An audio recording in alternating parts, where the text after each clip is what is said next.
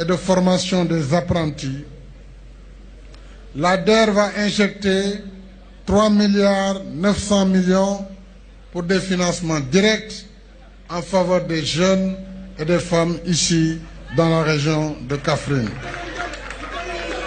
2 milliards 800 millions de crédits seront octroyés pour 2530 bénéficiaires ici à Kaffrine. Et 540 millions seront donnés en guise de subvention pour les tenues scolaires, et ça c'est en faveur des tailleurs de la région de Kaffrine pour confectionner ces tenues. Le domaine agricole de Boulel, le DAC de Boulel, sera réalisé pour un financement de 14 milliards 300 sur un financement de la Banque islamique de développement. 10 000 emplois directs, fukki junni liggéey xëy ci DAC boobu dana am. Déjà ministre de la jeunesse Néné Fatoumata Tall dana lancer appel d'offres yi ci weeru juillet bi ñu tàmbali liggéey bi avant décembre 2021. C'est pour vous dire simplement, chère population de Kaffrine, des départements de Mbirkilaan, de Kaffrine, de Koungheul et de mon département favori, mais pour lequel souvent je demande Malem Hodar. Pour ces 4 départements, nous allons de façon accélérée, comme on l'appelle, mu bar bara ñu jox leen li nga xam ni moom laa leen jagleel. li ma leen jagleel nag mooy li yóbbu askan wi kanam. Vraiment xam ngeen ne man xamee wuñ ma wax ju bari moom doo leen ma fekk mukk ci terrain boobu. waaye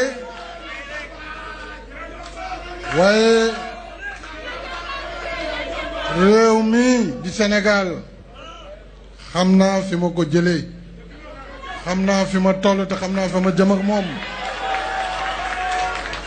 kon na seen xel dal. fii ci Ndukumaan jàpp naa ne béykat yi duñ ne ma yàq nga mbéy mi wala yàq nga sàmm gi.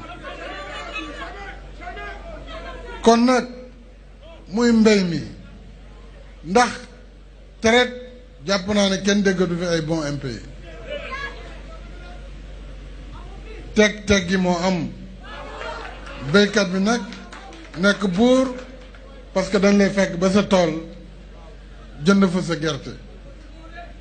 loolu Sonacos bi nga xam ne sax nguur gi moo ko moom te da daan toog fële ci ay usine am ñu koy indil, moom it soobu na ci liggéey wi ngir fekk ci béykat yi seeni tool ngir jënd gerte gi.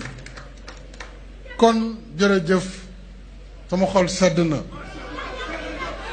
te am naa mbégte vraiment ñëwaat fii ci Kaffrine, ñëwaat fii ci Ndukumaan, ñëwaat ci biir réew mi, parce que le pays profond, le pays réel, il est là et les choses sont claires. Maintenant nag loolu président de la République moo doon wax. léegi nag njiitu coalition Benno Bokk Yaakaar, njiitu APR, xam naa waxkat yi bu subaa waaw mu ngi dem pour hôpital bi di fa wax ay waxu élection. xam naa ne fii moom 100% la fi am, amul sax werante. 100% des collectivités de la région. wala bu fekkee am na benn commune boo leen tiit ngeen wax ma ban la ndax ma ñëw jàppale leen. am na ku fi am problème ci commune am wala ci département bi amul. kon fii waxatuñu ko. li des kay. li des mooy booloo leen nekk benn. booloo leen nekk benn.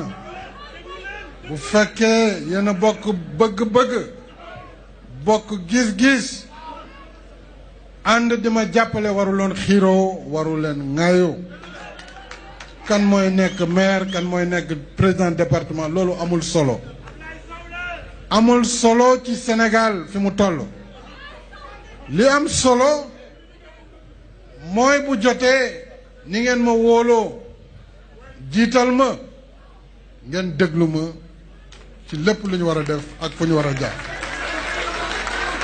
te bañ ko def tàmbalee ba léegi ndam rek ngeen ci gis ndam rek ngeen ci gis dafa am ñuy buruxlu am na ñoo xam ne amuñu benn yaakaar ci élection benn yaakaar amuñ ko ci élection moo tax ñu jàpp ne xëy na bu gaa yi xeexoo seen biir ñu dox guddi buruxlu xam nga yow sa gaa ñi respecté wuñ la li ñu la def c'est pas normal ñun dañ la jox suñu récépissé waaye denc leen seeni récépissé ñun liste Benno Bokk Yaakaar la ñuy dem benn militant du fi jël beneen liste di ko demee loolu je tenais à le dire parce que réew mi booy déglu réseaux sociaux yi di déglu rajo yi ak télé yi da nga naan Sénégal a ngi tàkk Sénégal a ngi jeex alors que loolu yëpp ay caaxaanu kese la caaxaanu kese ndax li am solo pour askan wi ci la ñu nekk mooy liggéeyal askan wi guddi ak bëccëg jàppale leen ci njàng gune yi jàppale leen seen wér-gu-yaram jàppale leen ci université yi jàppale leen ci mbéy mi càmm gi ak napp gi mais loolu mooy li réew mi soxla te wane na ko chaque fois mu wut occasion wane na ko waaye toog sa ordinateur di tappe di kaj ci suba ngoon di saaga di xuloo jàpp na yow yaa moom réew mi ba ci kanam loolu mu ngi suñu kanam te yaakaar naa ne wax dëgg yàlla duñu fay wax bàyyi jëf amul sens kon nag yéen responsable yi maire ministre directeurs généraux président de conseil départemental PCA responsable tout court chef de village imam notable nañu joxante loxo nekk benn te xam ni fa ñu jëm moo dàqati fi ñu jógee kon jërë ngeen jëf mbokk Ndoukoumane jërë ngeen jëf artistes yi nag sant naa leen koy mil faal xam naa dama la jox rendez-vous ngànn bu ñu demee nga jël fa kàddu gi maa ngi sant aussi nos communicateurs traditionnels parce que loolu dafa bokk suñu culture dañu yàgg a wax culture et enracinement bu ñu kenn dindil suñuy aada